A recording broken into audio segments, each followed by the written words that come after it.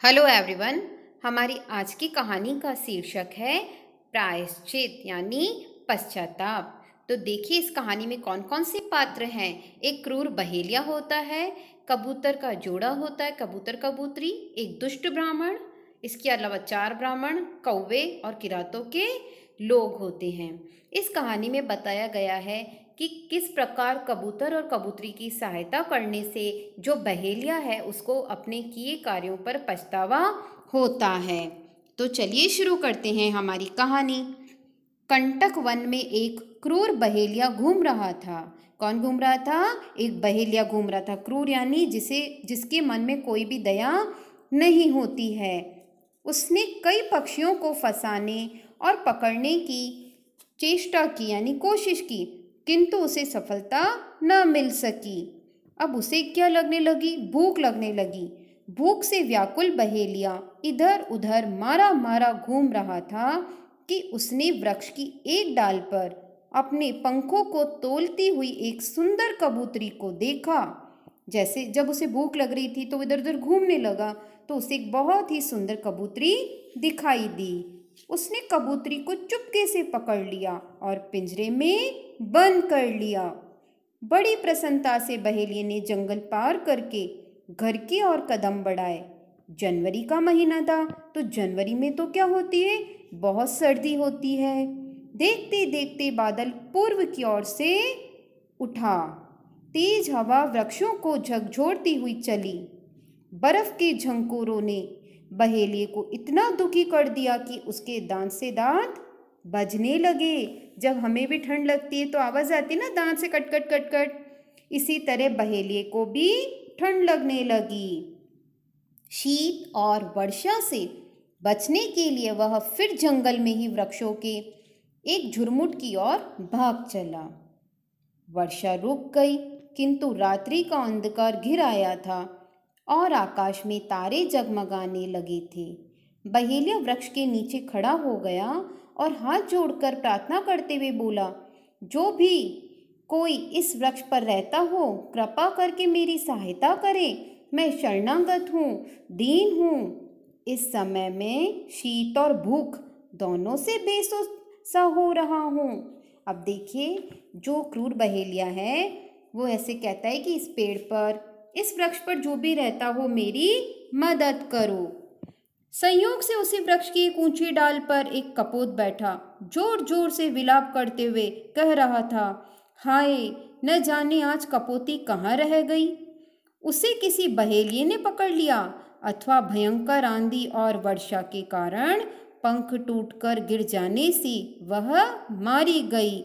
मैं उसके बिना कैसे जीवित रह पाऊंगा? परमात्मा मुझे भी इस संसार से उठा ले।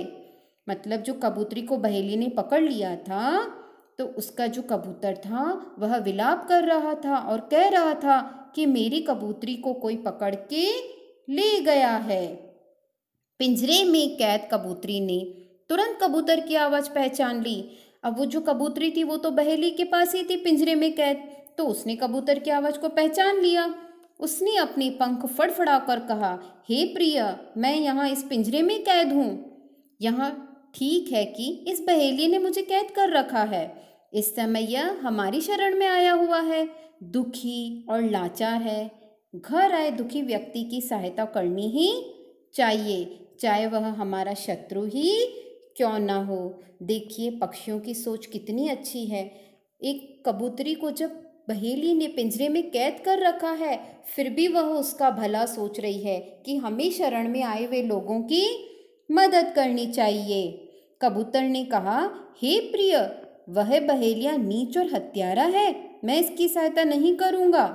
कबूतरी ने कहा, हे कपोत, सुनो, किसी नगर में एक दुष्ट ब्राह्मण रहता था। एक बार उसने देखा कि उसी नगर में 4 ब्राह्मण कुछ कीमती चीजें बेच रहे हैं और बदले में रत्न ले रहे हैं। उसने उन चारों को ठगने का निश्चय कर लिया और अत्यंत मिठास से बातचीत करते हुए उनसे मित्रता कर ली। अगले दिन जब वे ब्राह्मण दूर किसी देश में जाने के लिए चलने लगे तो वह दुष्ट भी उनके साथ चला। चोरों और डाकुओं के भय से उन चारों ने थोड़े थोड़े रत्न अपनी जंघाओं में चीरकर उसमें छुपा लिए। 4-5 दिन बाद वे पांचों पल्लीपुर नाम की किरातों की एक बस्ती के पास से होकर गुजरे। बस्ती के पास पहुंचते ही कौवे चिल्लाए, अरे किरातों, ले लो रत्न ले लो। किरातों ने उन ब्राह्मणों को घेर लिया और उनसे रत्न मांगे। ब्राह्मणों को बहुत मारा पीटा और उनकी तलाशी ली, पर रत्न नहीं मिले। अंत में किरातों ने कहा कि आज तक ये कौवे कभी झूठ नहीं बोले, इसलिए यदि तुम लोग छिपे हुए रत्न नहीं दोगे तो तुम पांचों के शरीर फाड़ डाले जाएंगे और उन्हें फाड़ कर रत्न ले लिए जाएंगे। उस दुष्ट ठग ने सोचा कि चारों के साथ मुझे भी मरना पड़ेगा, तो क्यों न मैं खुद ही मरकर इनके प्राण बचा लूं। ऐसा सोचकर उसने किरातों से कहा, हमारे पास रत्न नहीं है। यदि तुम्हें विश्वास न हो तो पहले मेरे ही शरीर को चीर कर देख लो। मैं इन सबसे बड़ा हूँ, इसलिए मैं ही सबसे पहले मरना चाहता हूँ। यदि तुम्हें मारकर विश्वास हो जाए कि इन ब्राह्मणों के पास रत्न नहीं है तो इन्हें छोड़ देना। किरातों ने इस दुष्ट ब्राह्मण को चीर डाला, किंतु उन्हें कोई रत्न नहीं मिला। उन्हें विश्वास हो गया कि कौवों ने झूठ बोला था। उन्होंने चारों ब्राह्मणों को छोड़ दिया और अपने ठगी के धंधे को छोड़कर वे अच्छा जीवन बिताने लगे। कबूतरी ने कहा, हे स्वामी, उस ठग और दुष्ट ब्राह्मण ने त्याग के साथ साथ बुद्धिमानी भी की थी। यदि यह बहेलिया भूख और सर्दी से मर गया तो मैं भी इस पिंजरे में कैद रहकर ही मर जाऊंगी। इसलिए हमें भी शरण में आए इस बहेलिये की रक्षा करनी चाहिए। कबूतर उड़ा और कुछ ही देर में कहीं से जलती हुई लकड़ी उठाकर लाया। सूखे पत्तों में आग लगाकर वहीं पास ही बैठ गया। उधर बहेलिये ने जलती हुई आग में अपने को अच्छी तरह से तपकर सर्दी दूर कर ली। बहेलिये ने आश्चर्य से देखा कि कबूतर उस जलती हुई आग में कूद पड़ा।